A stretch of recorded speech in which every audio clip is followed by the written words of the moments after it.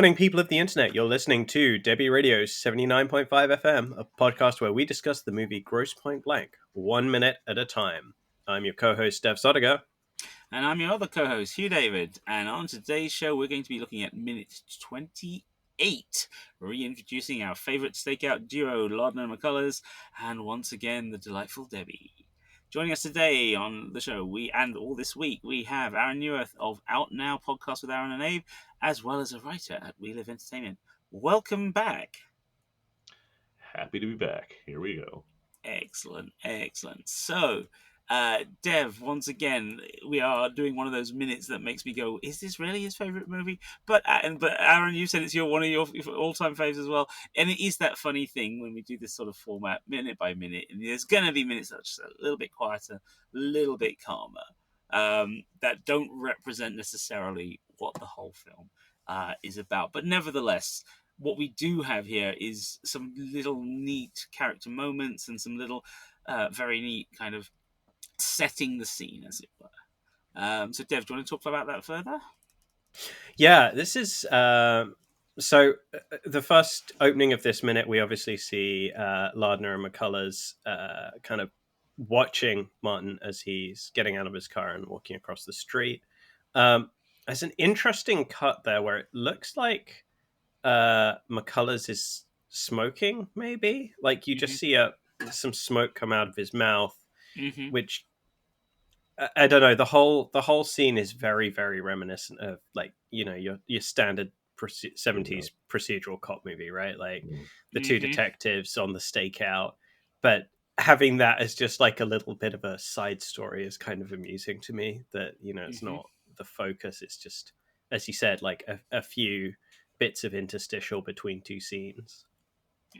Absolutely. I think the other thing for me, talking about those sorts of films, I mean, one thing we haven't said this week, but we've mentioned in previous casts is, of course, the whole business of the length of the original assembly cut and how it's been cut down. And so, unsurprisingly, that comes across in little moments like you've just said, you know, where the smoke is, you know, there is clearly a thing that has been cut, shall we say. But it's not important. As long as we know, this is the great thing about the film. The visual language is such that if you spot it, you know why it's there.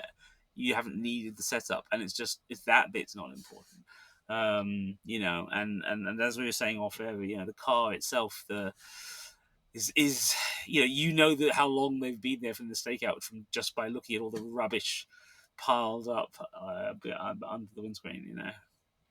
I've always figured that the most that got cut out of this movie is everything involving the NSA guys, partly because it's unnecessary for the most part. You get the gist of them, and that's all you really need.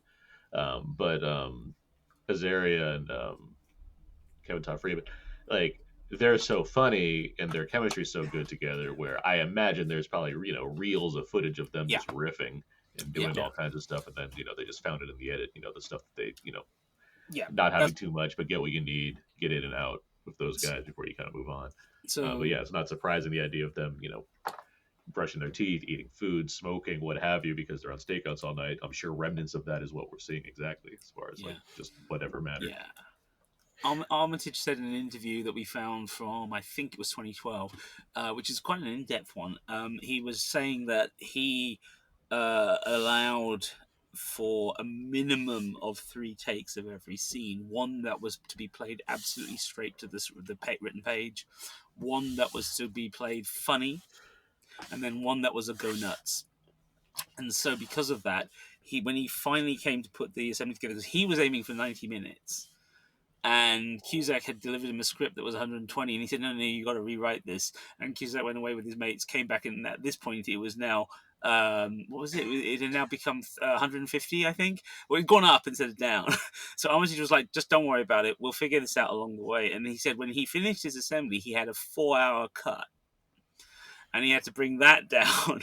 And he said he just had, as you say, find it in the edit. He just had to work and work and work until he got it down to the 100 plus minutes that it is now. But that's the thing we're noticing here with this deep dive podcast, is we are noticing the joins, shall we say, you know, the fact that there are missing pieces, but you can see the intelligent choice of the director makes it clear what is missing, why it's missing, and why we don't need it. Yeah. I also wonder if this is at the point when Hollywood starts hardcore moving away from smoking on screen. It is. It is, So- because by this point, Pierce Brosnan is Bond at this point.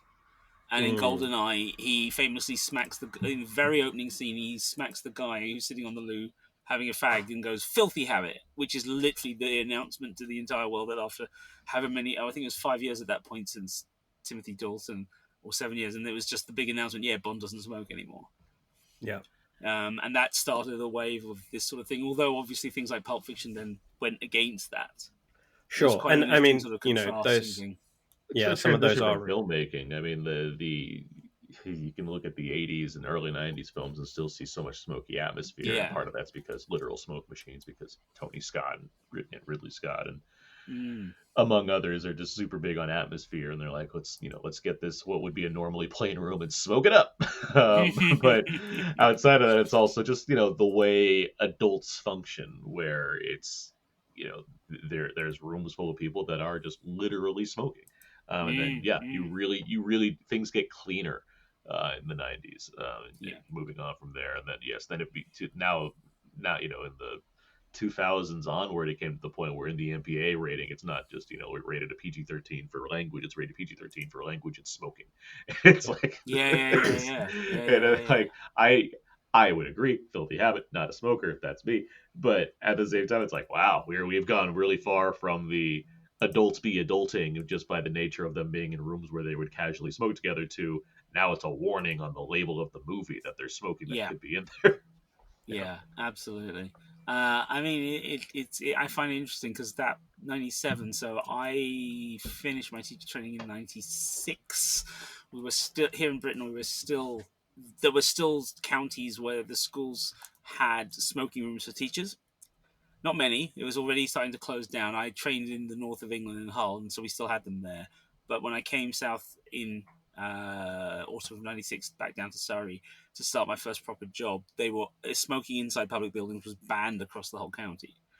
And so what you ended up with was, forget the kids trying to find a place to smoke, you used to end up with teachers. There was one guy in the French department who used to go at break time, sit in his car, and if you wanted to join him, you could go, and he would then drive the car out the school so that we could all have a cigarette, and then come back in again for the end of break, and then go back into school. Which was ludicrous, absolutely ludicrous. It was a horrible habit. So very, very glad to have put that behind me. It's kind of funny how quickly that sea change happened. I think both in the US and the UK. When as soon as kind of almost as soon as Hollywood makes that stance, you see also the laws passing that make these things harder. You no longer spend a night out in the pub and come back with your clothes smoking your cigarettes, smelling of cigarettes, and all of these things, right? Like, no longer smoking sections in restaurants, and at least the majority of the US and the UK. I know there are some areas of the middle of the country that's held out for quite a while, but yeah, the same way that France has held out for ages here. Like, the laws were passed, no one gives a damn. Yeah. Doesn't stop anything. So dear. We then see Martin walk into the radio station and straight into the recording booth, which just seems so strange to me that you'd like. The casualness of it is very funny to me. As far Yeah. as like, this is a professional radio station, and he just like opens the door and it's like, we're inside now. Yeah, like the presumption. Have you worked in radio, Aaron? No, I haven't. I've seen, like, on a college this would make sense, and even like Grosse Pointe, this is it's a little suburb. Like, it's the idea is that it's not the big city, so I guess the logic makes a level of sense. But yeah, it just kind of you're just kind of in there all of a sudden. Well, yeah, but the thing is, if it's anything like the university, I did 2.5 years on university radio originally, and even though you had friends and you knew people, you didn't go do this. It is just bad form because you don't know what the mic's going to pick up. Like, that's why you have the big sign outside saying "warning on air." Yeah. He's just like, yeah, whatever. He just does not care. a certain sense of danger of the scenario. It's like, wait, people can just casually walk in on the street like while you're on the Yeah, it's radio. crazy, But the fact is that he clearly doesn't think anyone cares or listens, and he certainly doesn't think Debi's going to, or maybe he does think Debi's going to mind. I don't know. There is a bit of hesitancy in him when he does this. Not a huge amount, but there's just enough hesitancy that compared to, say, the frustrations and, and moments of depression we've seen of him earlier, or the moments of confidence. Now he's suddenly de-aged by about 10 years, and he's like teenage boy all over again, Which is kind of including like yeah, when he go like it is like that's a move that him and Say Anything would make, where he's just like, let me just go in, let me just do it, let me just see what I can do. And even like after this scene later on, he'll berate himself and saying, "Damn it, never trust my instincts," or whatever he says, something like that. Yeah. Like he admits to himself, was like, that wasn't the best play. The seeing my abandoned girlfriend while she's live on the radio, maybe not my best choice in life right there. But, absolutely. Oh man, but then that's the thing. That's who he is. What I really love right away with this whole at the start of the scene is when she turns around and she goes, you can hear it. There's a very small gasp. Like Yep. it's such a nicely little bit of moment right there, where it's just like it's just you can it's I like that it's barely registered. That's what I like about it. It's just so like small, especially for her, because she's a cool customer also. Like that you can see why these two would be together. They very much have a wavelength they operate on that's makes a lot of sense for the type of people, the type of personas that they have. It's when the fact that both of them are in a very vulnerable state, and that's like her react. It's just this really subtle like gasp that she has before she's like, and now the specials playing one of their songs. Like that's good. Yeah. And it's also that moment where you look at the turntable and you realize that actually she's done that cardinal sin of all DJs, which is to allow dead air. You never do that. There should always be something on. Either you're talking, or the music's playing, or the ads are playing, but you never allow dead air. And it's just that gap itself emphasizes everything. It is a beautifully, beautifully done scene, and Driver just owns it. I also love the whole kind of he's in black, she's in red kind of thing as well. And the sort of very simple color contrast, but it still stands out just enough within all the other lights. It's nostalgic for me. I just love all the hardware from the period as well. I miss being that. I loved being on the radio. You know that? I actually, looking back on it now, I really, really enjoyed it. Maybe I should have done it professionally. I don't know. I knew that was the weird thing back then in England. If you did university radio, it was considered the way to get into professional radio. And so there was a national association, and the BBC would come and present awards at it. Like actual DJs would come and present it. And if you got an award, you were almost certainly going to be put on the roster of people that they'd look out for a job later on. It was just like such a guaranteed way forward. So even in the university I was in, which was not particularly mainstream, people were like, "Oh, I might be able to turn this into a job later on." But then we did, I don't know. I think everyone used to tell you there was nothing. You shouldn't do that kind of thing, right? It's not a real job. I wonder how it is for her at this point, because by this point you'd hope there was more respect for somebody being a DJ, but I guess maybe not. Maybe it's still with her, I mean, one of my favorite exchanges is at the reunion where it's like Debi Radio, Bobby Beamer, but I mean, and even like when she first picks up her, like the impression I get is that she wasn't like in high school, Debi wasn't necessarily like one of the like in the cool clique, like she wasn't like in the popular girl clique, but she was certainly in the like, I guess like that outcast, like the people knew who they were by like reputation and by like being, like I said, like a cool customer, like this kind of other like realm of things. Because by the time they get to the reunion and she picks up like her like badge, the woman inside the thing, she's like, "Love your show." She like in a sarcastic like bitchy way. Like there's clearly like a disconnect there where she might not be like Martin, where she got out of town, but she still has I'm better than this kind of attitude. I think that prevails over the what I assume were the popular girls in school or whatnot. Yeah. Like, and now like she's on the radio, everybody hears her every day. She's, you know, she's cool. Like she has that Yeah. kind of like thing going for her Yeah. that you know, people know who she is without you know. She's and that also makes her a suitable foil for Martin. Yeah. You know, we don't see a character who isn't at his level. We see the sort of person who you can completely understand the relationship. They're both high status, yeah. Yeah, and also she reminds me of like a live action character coming out of Daria. You know, Yeah. to make a time period appropriate reference. There's something about that. You know, Real world Jane Lane. A little bit. You No, know, that's fair. Yeah, that's what I mean. Like that kind Yeah. of realm where like they're known for being like that kind of that part of it. Yeah. Without being complete total outcasts. Yeah, they're not like not being losers or whatever. Yeah. They're not they're not the stoners or whatnot that are like out completely outside of the society of it all. They're just more of like the on the fringe that are commenting on everything. As far as radio things go, by the way, I had plenty of friends that did radio. Cool. And didn't work. Not great at it, but and meanwhile, I've always sat there being like, I could do this, and like, and you guys can, I'm sure I get told all the time I have a great voice for radio, and it's like, well, now I run a moderately successful podcast, so like, jokes on them, I guess. Well, that's the thing, isn't it? Podcasting is radio now, isn't it? Mm-hmm. You know, I mean, I whenever I in school, if I mention radio, I do have to explain. It's like it's what podcasts used to be. You know? It's radio on demand, or I guess pre-scheduled podcasts that you can't change or choose except to switch between stations, like TV, which also doesn't exist anymore. Well, yeah, that's the thing. I mean, I was using what was it? A few months ago, when I was doing Kennedy in the history of the year 9. So the year 9s are 13 going on 14. And, the documentary material we often use in class often is made by adults in a situation where there is an assumption that what things are. And so I have to literally stop and explain to them, where is this footage coming from? Why do we actually have footage of, that press conference in this era? Because they just think of this whole era, everything before they were born is prehistoric. It doesn't have mobile phones in it. It's prehistoric.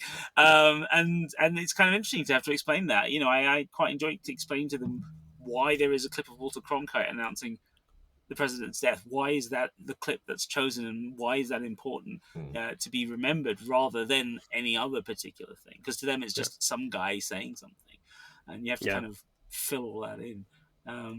Interestingly enough, I don't think this happens in the film version. The script has one nifty little line that or two little lines that I quite like, which is with them when they start to talk to each other, the way there's a line that says Martin says, "What I miss," and Debbie goes, it says, "Debbie slowly grooves into irony, her best defense." And I think that's a lovely way of describing the way the conversation goes and how it works out. And she just starts listing everything that actually changed in the town, which is fun. And then the request line buzzes. Debbie, hold that thought. Into the phone. WRFN-FM, Grosse Pointe. All vinyl, all the...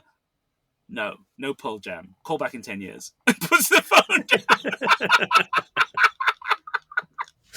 I wish that had made it to the final cut. I wish that was in there. It's like, that is so perfect to describe where Grosse Pointe is and what the kind of radio station and the listeners are. And her idea of having it as all 80s, all vinyl, right? It's like, yeah. I'm not taking requests if it's not 80s. Yeah, exactly.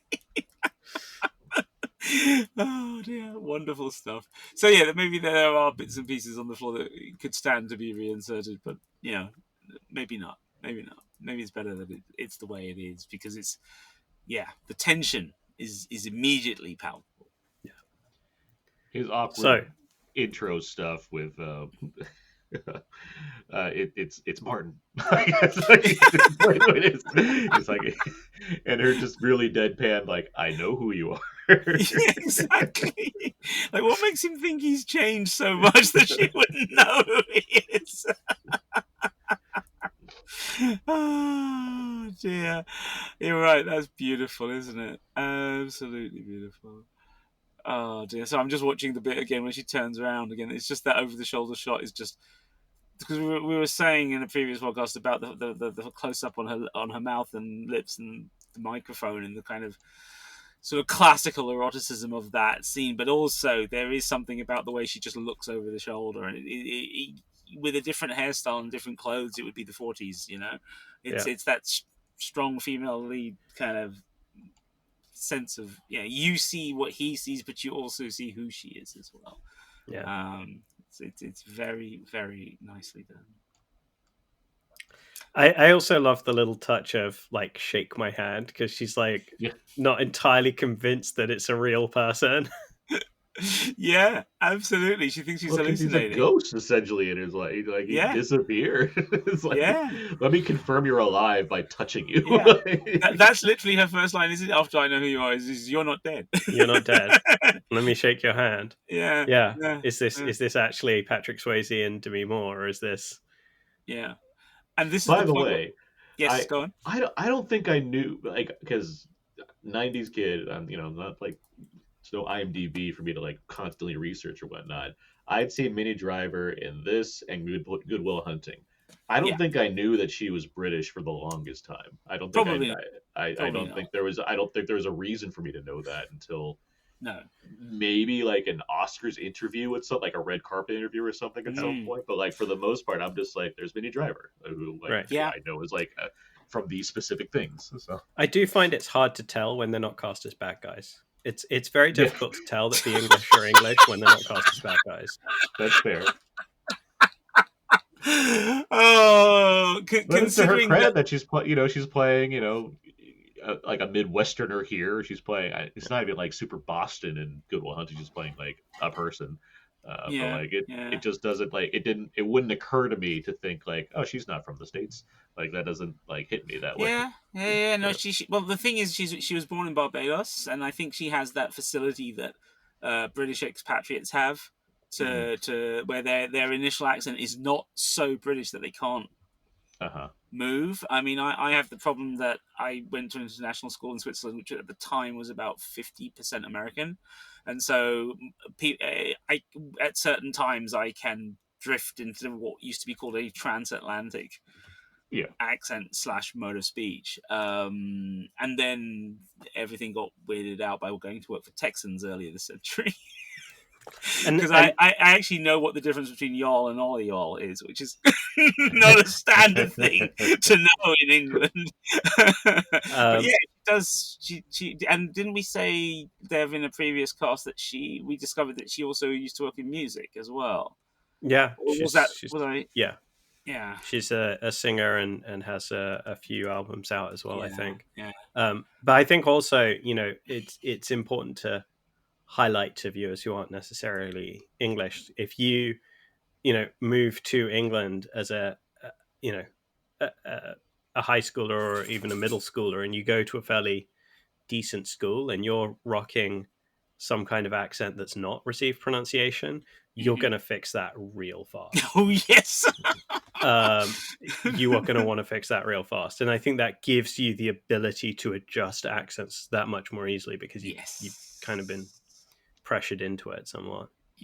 It's a little bit of code switching, as the sociologist would say, and it's also a little bit of what the other kids will treat you as in terms of what is cool and what is not, and how they define it. I mean, anybody who's is Black American would not be put under that pressure here. I can tell you that now. in the school year, because that is held up as the accent that's cool. The amount of white boys I know busy watching gangster films and thinking, I got to share this because this is nuts. The history trip I organized a few weeks ago that I was on, my mind was blown when a couple of the really annoying kids at the back who I had to discipline were asking me about, am I a Crip or am I a Blood? And I was like, how do you even know those terms? You're 13. How do you even know what those terms mean? Like, I was your age when I first heard them. I was just like, where is this coming from? But that obsession with a certain style and culture and music and so forth has remained to this day in British playgrounds the kind of high watermark for cool. And I find that fascinating because I would have thought that would have changed over time, but actually it comes back time and again. But yeah, no, she's done Circle of Friends, put her on the map in movie terms. She'd done a couple of shorts before that, one of which won an Oscar for the director, and that's where I first saw her. And then Circle of Friends and Goldeneye came out the same year. And then she was in Big Night, which is a very, very underrated film. Stanley Tucci's, great movie, co-directing and starring, and Scott Campbell. Sleepers, which at the time was quite a big hit. Pretty much forgotten now, I'd say. I don't know anybody who like brings it up as an example of a big drama, but it had a hell of a cast. Barry Levinson directing, famous book. That's all it's got.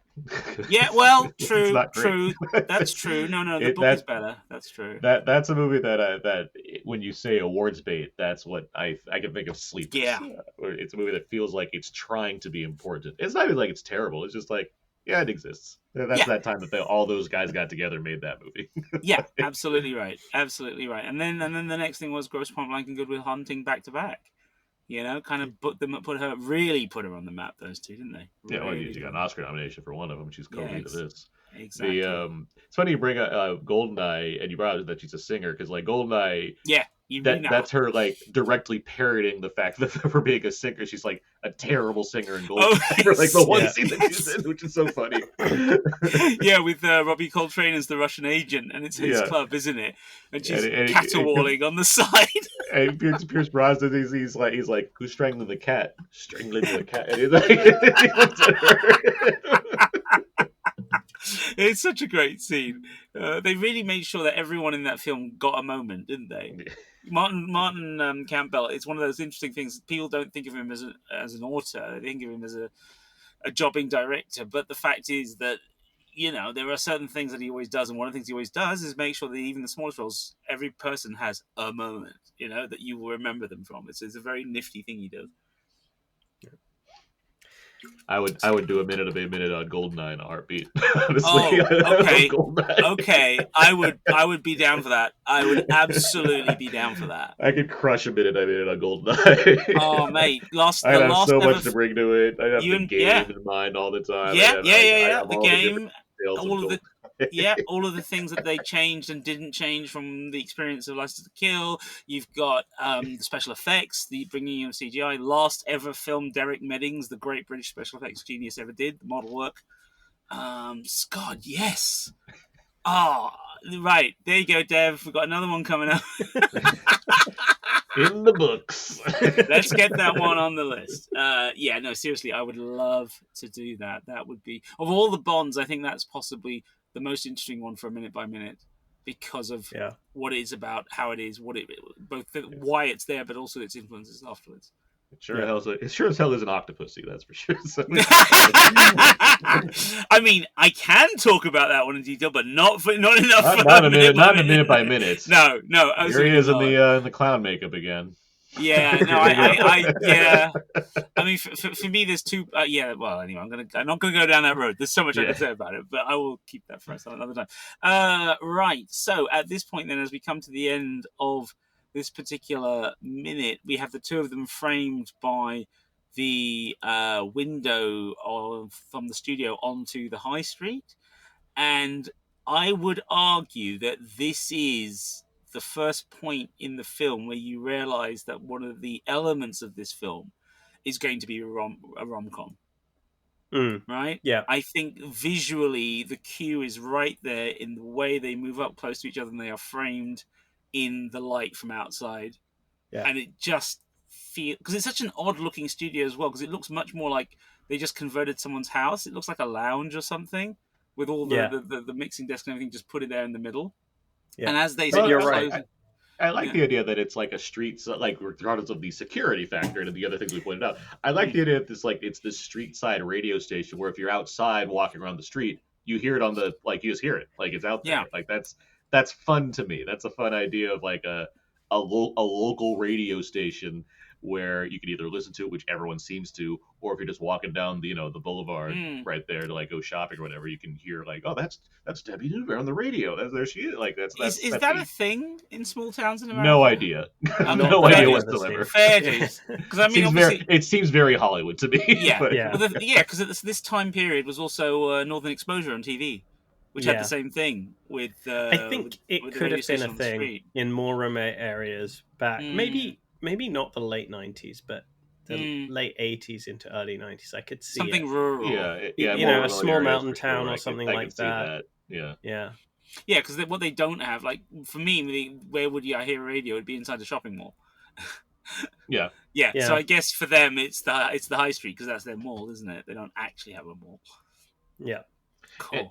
You mentioning it's a rom. I mean, yes. What I like. I mean, being on this section of the show, I think is interesting because yes, we've gone from the darker moments to after we've done that. Now that it like the script and the direct, like it all seems to understand it too. It's like, okay, let's raise things back up now. And like despite the awkwardness of this scene, which we'll get to in the next clip, also, I like that it's finding a way to like perk itself back up again. It's like let's get Martin back, on his feet. Let's get him into he's still maybe a little unsteady as far as how to handle this, but like there's some fun here. Let's get a different kind of chemistry going.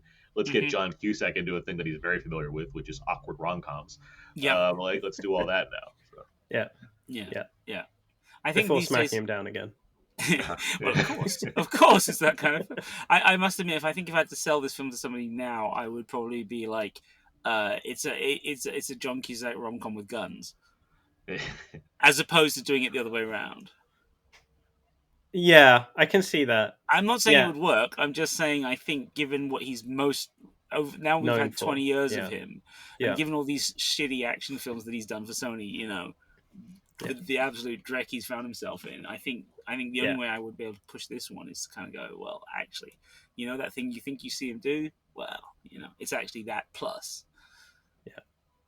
I hear you. I've never had a trouble selling this movie on. Yeah, it's about a hitman who goes to his high school reunion. That's just a really easy. That's my sales pitch as well. Yeah, fair enough. Fair enough. That one was and I'll usually try and slide Dan Aykroyd's name in there as well, Yes. just to help seal the deal.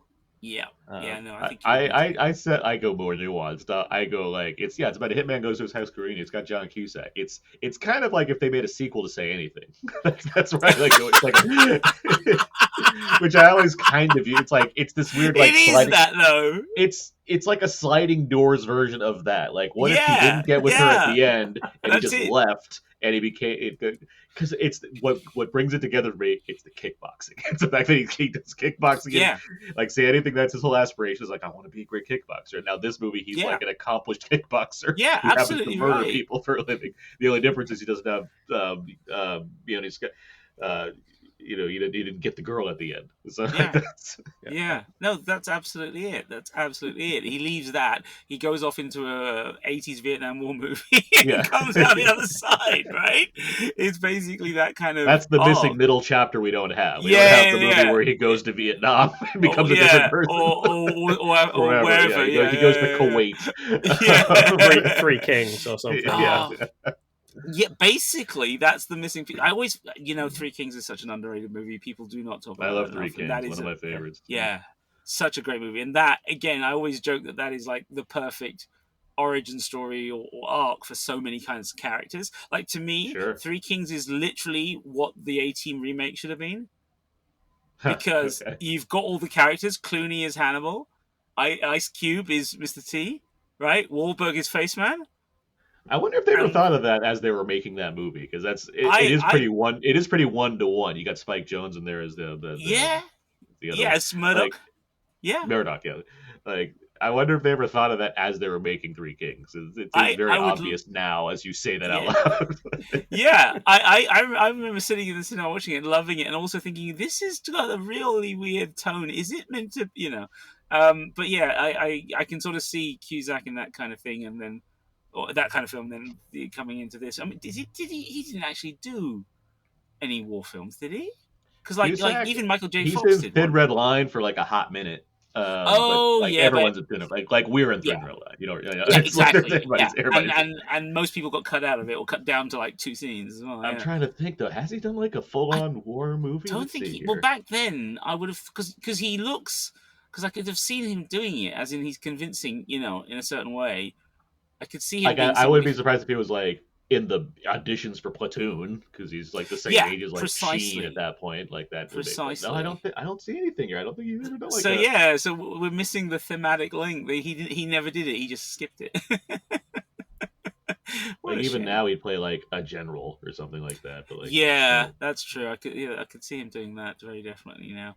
And you But mentioned like shitty action movies or whatnot. Like he's God, just like guy that sits around usually in those kind of films, or another yeah, sniper, something that does yeah. require him to run. He doesn't run really in movies. There's one called The Numbers Station, and the only thing that was interesting about it is the fact that he clearly took it so he could have a holiday in England, because the whole thing is shot in England, in I think it's Norfolk, and in this old deserted base, and he's a hitman defending somebody, funnily enough, and they get holed up in there, and it's just that's it. That's really all there is to it, and it's just so disappointing because you just watch it and there is just nothing to the film bar an unusual looking location, and it is so cheap, so cheap.